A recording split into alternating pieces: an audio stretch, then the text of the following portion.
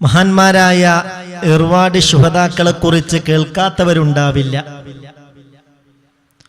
ഒരുപക്ഷെ നമ്മുടെ കൂട്ടത്തിൽ പലർക്കും നമ്മുടെ ഇന്ത്യ മഹാരാജ്യത്ത് തന്നെയാണ് ഏർവാടിയെങ്കിലും തമിഴ്നാട്ടിലാണെങ്കിലും അവിടെ ഒന്ന് സന്ദർശിക്കാൻ ഒരു പക്ഷേ അവസരം കിട്ടിയിട്ടുണ്ടാവില്ല. എന്നാലും ഏർവാടി ശുഹദാക്കളെ കുറിച്ച് എല്ലാവരും കേട്ടിട്ടുണ്ടാകും. തമിഴ്നാട്ടിൽ ഒരുപാട് മഹാരഥന്മാർ അന്ത്യവിശ്രമം കൊള്ളുന്ന അതിവിശിഷ്ടമായ ഒരു സ്ഥലം തന്നെയാണ് ഏർവാടി. പ്രധാന ദർഗയിൽ മഹാനായ സയ്യിദ് ഇബ്രാഹിം ബാത്തുഷാ റഹ്മത്തുള്ളാഹി അലൈഹി ആ മുറിക്കുള്ളിൽ തന്നെ തന്റെ പ്രിയപ്പെട്ട ഉമ്മ തൊട്ടടുത്ത് സയ്യിദത്തു ഫാത്തിമ റളിയല്ലാഹു അൻഹ,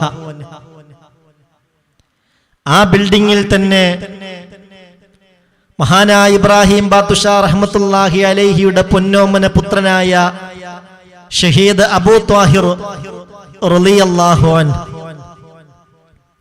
ഇബ്രാഹിം ബാത്തുഷാ തങ്ങളുടെ ഭാര്യയും അബൂ താഹിർ റളിയല്ലാഹുവിന്റെ ഉമ്മയുമായ സയ്യിദത്ത് അലി ഫാത്തിമ എന്ന സൈനബ എന്ന മഹദി, അവരെ പരിസരത്ത് മറ്റൊരു ബിൽഡിങ്ങിൽ അന്ത്യവിശ്രമം കൊള്ളുന്നു.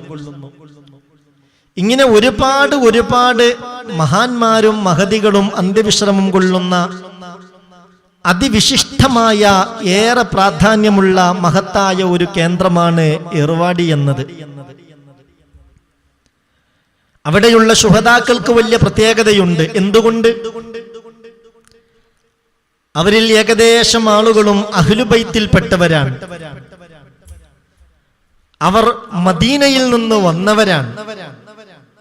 ഹിജറ 630 റമളാൻ 3 മഹാനായ മുത്ത് റസൂലിന്റെ കുടുംബ പരമ്പരയിൽ മദീനയിൽ ഇബ്രാഹിം ബാത്തുഷാ റഹ്മത്തുള്ളാഹി അലൈഹി ജനിക്കുന്നത്.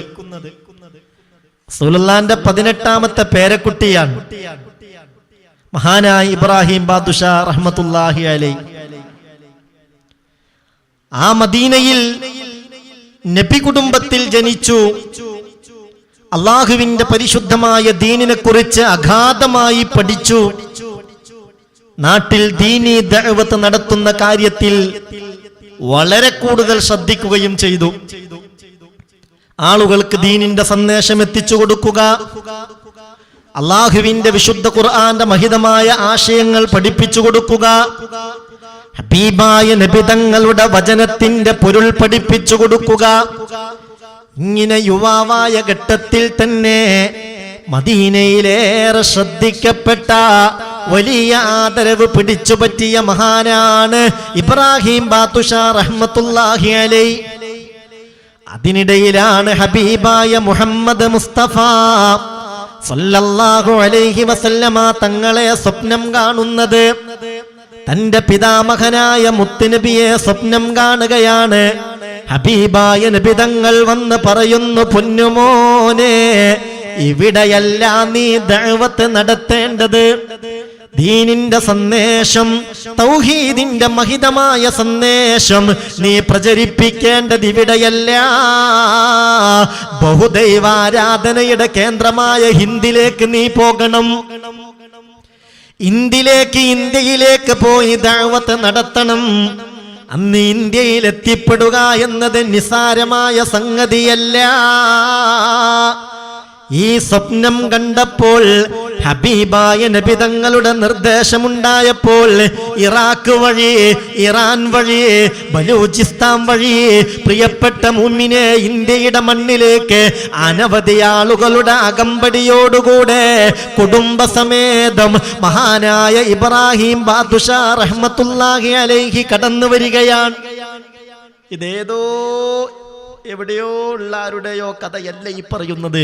മദീനയിൽ നിന്ന് ദീനി ദഅവത്തിനായി കടന്നു വന്നവരാണിവർ. ഇവർ ചില്ലറക്കാരല്ല, നിസ്സാരമല്ല. ഇന്ത്യയിൽ അന്ന് എല്ലാത്തിനെയും ആരാധിച്ചിരുന്ന ഒരു കാലഘട്ടമാണ്. അങ്ങനെയാണല്ലോ ഇന്ത്യയിലെ ജനങ്ങളുടെ ഒരു അവസ്ഥ. എല്ലാത്തിനും ആരാധിക്കും. അവരിലേക്ക് കടന്നു വന്ന് സ്നേഹത്തോടുകൂടെ ഇലാഹായ റബ്ബിനെ പരിചയപ്പെടുത്തി തൗഹീദിലേക്ക് ക്ഷണിക്കാൻ തുടങ്ങി. ചരിത്രം വിശാലമാണ്, അതൊന്നും വിശദമായി പറയാൻ സമയമില്ല. ഞാൻ അതിന്റെ ആകത്തുക ഒരു രത്നച്ചുരുക്കം പറയുകയാണ്. ആരാണ് ഈ ശുഹദാക്കൾ എന്ന് അറിയണ്ടേ? അങ്ങനെ പ്രിയപ്പെട്ടവരെ, ഈ നാട്ടിലേക്ക് കടന്നു വന്ന് ആളുകളെ പരിശുദ്ധമായ ഇസ്ലാമിലേക്ക് സമാധാനത്തോടുകൂടെ ക്ഷണിച്ചു, റബ്ബിനെ കുറിച്ച് പറഞ്ഞു കൊടുത്തു. ഈ കല്ലുകളെ ആരാധിക്കുന്നതിന്റെ വിവരക്കേട്, വൃക്ഷങ്ങളെ ആരാധിക്കുന്നതിന്റെ വിവരക്കേട്, പാമ്പുകളെ ആരാധിക്കുന്നതിന്റെ വിവരക്കേട്, അതൊക്കെ എത്ര വലിയൊരു മണ്ടത്തര. ഈ കാര്യങ്ങളൊക്കെ പറഞ്ഞ് ബോധ്യപ്പെടുത്തി പലരും ഇസ്ലാമിലേക്ക് കടന്നു വരാൻ തുടങ്ങി. പക്ഷേ ഇത് പലർക്കും ദഹിച്ചില്ല. പലരും ഇതിനെതിരെ ശക്തമായ തടസ്സങ്ങളുമായി മുന്നോട്ട് വന്നു. ദഅവത്തിന്റെ വഴിയിൽ ശക്തമായ പ്രതിസന്ധികൾ ഉണ്ടാക്കി. പലപ്പോഴും ഇവരെ ആക്രമിച്ചു. വിക്രമ പാണ്ഡ്യർ, ഇന്ദിരാ പാണ്ഡ്യർ, വീരാ പാണ്ഡ്യൻ തുടങ്ങി പലരുമായി സംഘട്ടനത്തിൽ ഏർപ്പെടേണ്ടി വന്നു. അവസാനം അള്ളാഹു ബഹുമാനപ്പെട്ട ഇബ്രാഹിം ബാത്തുഷാ തങ്ങൾക്കും കൂടെയുള്ളവർക്കും ഉന്നതമായ വിജയം നൽകി. ആ നാടിന്റെ സുൽത്താനായി, ഭരണാധികാരിയായി മാറി. 12 കൊല്ലത്തോളം ഒരു പ്രശ്നവുമില്ലാതെ വളരെ നല്ല നിലയിൽ സഹിഷ്ണുതയോടെ സൗഹാർദ്ദത്തോടുകൂടെ നാട് ഭരിച്ചു. ഏതായാലും പലതരത്തിലുള്ള ആക്രമണങ്ങളിൽപ്പെട്ട്, സമരങ്ങളിൽപ്പെട്ട്, യുദ്ധങ്ങളിൽപ്പെട്ട് ഒരുപാട് മുഅ്മിനീങ്ങൾ, പ്രത്യേകിച്ച് മദീനയിൽ വന്നവർ, അഹ്ലുബൈത്തിൽപ്പെട്ടവർ ഷഹീദായി. ആ ശുഹദാക്കളാണ് പ്രിയപ്പെട്ടവരെ ഏർവാടിയിൽ അന്ത്യവിശ്രമം കൊള്ളുന്നവരിൽ പലരും. അപ്പോൾ അവരെ നമ്മൾ വിസ്മരിക്കരുത്. അവരെന്തിനു വന്നു എന്ന് ചോദിച്ചാൽ ദീനിലേക്ക് ആളുകളെ ക്ഷണിക്കാനായി വന്നവരാണ്. അതിന്റെ ഒരു മഹത്വം എത്രയാണ്! നന്മ കൽപ്പിക്കുക, തിന്മ വിരോധിക്കുക, ഈ ഒരു കാര്യത്തിന്റെ മഹത്വം എത്രയാണ്! നിങ്ങൾ ആലോചിക്കണം. നമ്മുടെ കൂട്ടത്തിൽ പലരും ആ ഒരു കാര്യത്തിൽ പിന്നിലല്ലേ?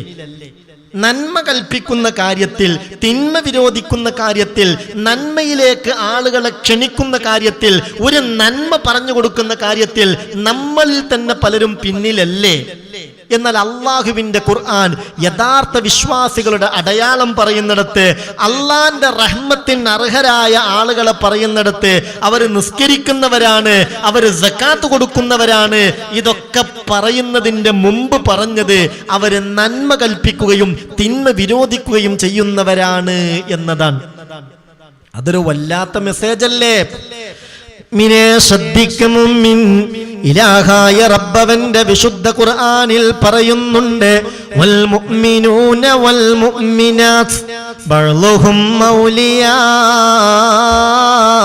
ബഅ്ൾ യഅ്മുറൂന ബിൽ മഅറൂഫി വയൻഹൗന അനിൽ മുൻകർ ويقيمون الصلاة ويؤتون الزكاة ويطيعون الله ورسوله أولئك سيرحمهم الله إن الله عزيز حكيم.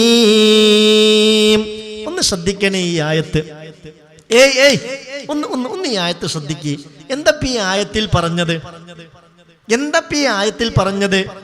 വൽ മുഅ്മിനൂന വൽ മുഅ്മിനാത്തി, യഥാർത്ഥ മുഅ്മിനീങ്ങളിൽപ്പെട്ട ആണുങ്ങളും പെണ്ണുങ്ങളും, പുരുഷന്മാരും സ്ത്രീകളും, ഔലിയാഉ ബഅ്ൾ, അവർ ബഅ്ളുഹും ഔലിയാഉ ബഅ്ൾ, അവർ പരസ്പരം സഹായികളാണ്. മുഅ്മിനീങ്ങൾ, മുഅ്മിനാത്തുകൾ, ബഅ്ളുഹും ഔലിയാഉ ബഅ്ൾ, അവർ പരസ്പരം സഹായികളാണ്. എന്നിട്ട് അവരുടെ ഗുണങ്ങൾ പറയുകയാണ്. ഒന്നാമതായി പറഞ്ഞത് യഅ്മുറൂന ബിൽ മഅറൂഫി വയൻഹൗന അനിൽ മുൻകർ, അവർ നന്മ കൽപ്പിക്കും, നന്മ ചെയ്യാൻ പറയും, നന്മയിലേക്ക് ക്ഷണിക്കും, നല്ല സന്ദേശങ്ങൾ ആളുകളിലേക്ക് എത്തിച്ചു കൊടുക്കും. വയൻഹൗന അനിൽ മുൻകർ, തിന്മ കണ്ടാൽ അരുത്, ചെയ്യരുത്, വിരോധിക്കുകയും ചെയ്യും. എന്നിട്ടോ പിന്നെയാണ് പറയുന്നത് വയുഖീമൂന സ്വലാ, നിസ്കാരം നിലനിർത്തും, വയൂതൂന സക്കാ, സക്കാത്ത് കൊടുക്കും, യുതീഊന അല്ലാഹ വറസൂലഹു, അല്ലാഹുവിനെയും റസൂലിനെയും വഴിപ്പെടും. കുറെ കാര്യങ്ങൾ പറഞ്ഞു. അവര് നന്മ കൽപ്പിക്കും, തിന്മ വിരോധിക്കും, നിസ്കരിക്കും, സക്കാത്ത് കൊടുക്കും, അള്ളാഹ്ക്ക് വഴിപ്പെടും, അള്ളാഹിന്റെ റസൂലിന് വഴിപ്പെടും. എന്നിട്ടൊരു കാര്യം പറയുന്നുണ്ട്, ഉലൈക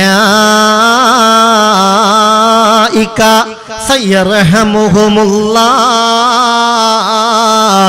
ഈ സ്വഭാവങ്ങളൊക്കെ ഉള്ളവരോടാണ് അല്ലാഹു കരുണ കാണിക്കുന്നത്. സഹോദരാ ശ്രദ്ധിക്ക് പറയുന്നത്, സഹോദരി എന്താണ് ഈ പറയുന്നതെന്ന് ശ്രദ്ധിക്ക്. ഉലൈക ഈ കൂട്ടർ ഇവരാണ് സയർഹമുഹുമുല്ലാഹ്, ഇവരോടാണ് അല്ലാഹു കാരുണ്യം കാണിക്കുന്നത്. ഇന്നല്ലാഹ അസീസുൻ ഹകീം.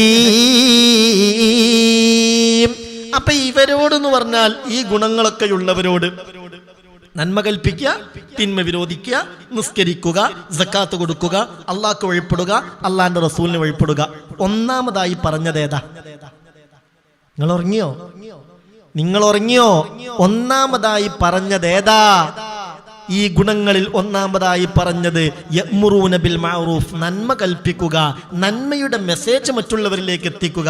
ഈ ഒരു ദൗത്യത്തിന് വേണ്ടിയാണ് മദീനയിൽ നിന്ന് ഏർവാടിയിലേക്ക് വന്നത് ബഹുമാനപ്പെട്ട ഇബ്രാഹിം ബാത്തുഷാ തങ്ങളും കൂടെയുള്ളവരും.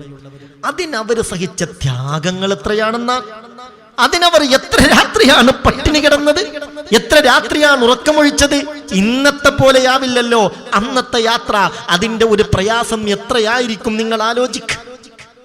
യാ അല്ലാഹ്, പല രാഷ്ട്രങ്ങളും വിട്ടുകടന്ന മദീനയിൽ നിന്ന് ഹിന്ദിലെത്താൻ അവര് സഹിച്ച ത്യാഗങ്ങൾ എത്രയാ സഹോദരാ സഹോദരി. എല്ലാം ലില്ലാഹ്, ഇലാഹായ റബ്ബിന് വേണ്ടിയല്ലേ. അതല്ലേ അവരുടെ ലക്ഷ്യം, അള്ളാഹുവിന്റെ ദീന് ദഅവത്ത് ചെയ്യാനല്ലേ. ആ കൂട്ടത്തിൽ ഒരുപാട് സഹോദരിമാരുമുണ്ടായിരുന്നു. ദഅവത്തിന്റെ മേഖലയിൽ സഹായിക്കാൻ, സഹകരിക്കാൻ ഒരുപാട് സഹോദരിമാരുമുണ്ടായിരുന്നു. ധീര വനിതകളിൽപ്പെട്ട അനവധി ശുഹദാക്കളായ വനിതമാർ ഇന്ന് ഏർവാടിയിൽ അന്ത്യവിശ്രമം കൊള്ളുന്നുണ്ട്. അപ്പൊ ഇൻഷാ അല്ലാഹ് ഇന്നത്തെ മജ്ലിസിൽ അവരുടെ പേരിലുള്ള മൗലീദ് പാരായണം ചെയ്ത് അവരിലേക്ക് ഹദിയ ചെയ്ത് നമുക്ക് അവരുമായുള്ള ബന്ധം ഊട്ടി ഉറപ്പിച്ച് റബ്ബിനോട് ദുആ ചെയ്യാം. ഏർവാടിയിൽ അവിടെ ചെന്ന് നേരാവണ്ണം അത് വീക്ഷിച്ചവർക്കൊക്കെ അവരുടെ കഴിവുകൾ ഇപ്പോഴും ബോധ്യപ്പെടും. ആ കൂട്ടത്തിൽ പല ഡോക്ടർമാരും ഉണ്ടായിരുന്നു. ശാരീരിക, മാനസിക, പൈശാചിക പ്രതിസന്ധികൾക്ക്, രോഗങ്ങൾക്ക് ചികിത്സിച്ചിരുന്ന ഡോക്ടർമാർ ആ കൂട്ടത്തിലുണ്ടായിരുന്നു.